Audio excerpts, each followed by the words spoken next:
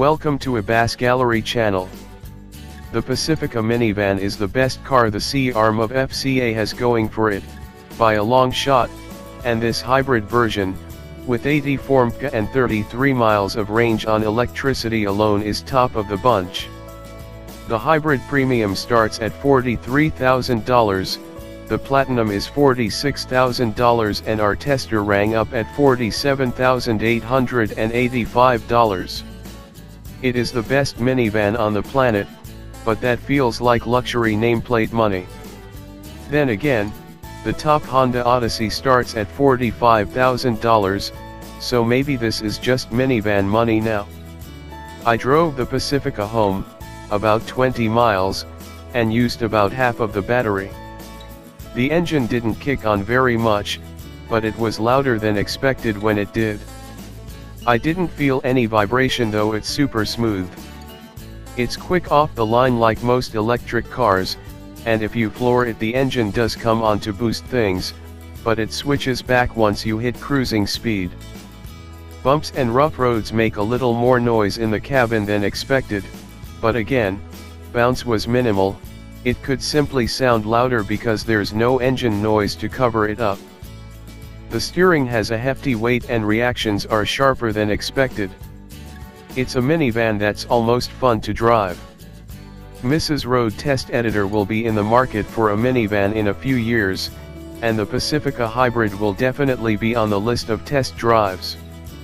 One advantage in being late to the game, Fiat Chrysler has offered very little in the way of hybrids and EVs up to now, is that you can learn from the mistakes of others. Chrysler engineers have been paying attention, and in the Pacifica Hybrid they've created the best family vehicle I've ever driven. High praise, so let me qualify, or do a level set as the folks in your marketing department might say. I've been a Pacifica fan since the model first launched, and subsequent experiences have done nothing to diminish my fondness for this brilliantly thought-out people mover. That said, when I heard a plug-in hybrid version was coming, I kind of figured it'd be a compromised afterthought to satisfy CAFE regulations or snag HOV lane stickers. Nothing could be further from the truth. The Pacifica Hybrid is as good a hybrid/EV as the regular Pacifica is a minivan best in class. Driving on battery power alone, it's an enormous, comfortable golf cart with plenty of power for freeway passing and stoplight drags. The biggest surprise comes when the batteries are down to 0% and the van switches to normal hybrid mode. The word seamless is bandied about a lot, but the Pacifica's handoff between electric motor and gas engine is invisible, and finally delivers on hybrid technology's promise. There's also still a lot of electric operation available even with the battery depleted, and the van alternates drive modes as the situation allows with nary a shudder.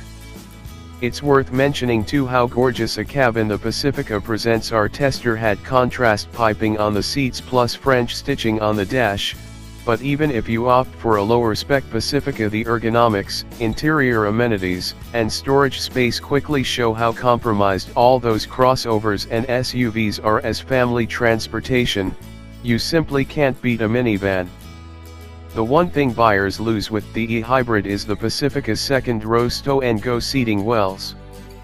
The space is occupied by batteries, so the middle row seats have to be removed from the van to make use of its full cargo space, though the tumble folding third row is as easy to use as in a regular Pacifica.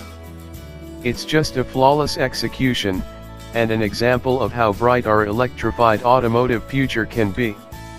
Before you wince at the price tag, compare everything you get with the Pacifica e-hybrid Platinum, including the convenience and cargo room, and don't forget about available state and federal rebates. The final numbers might show it to be a bargain to boot.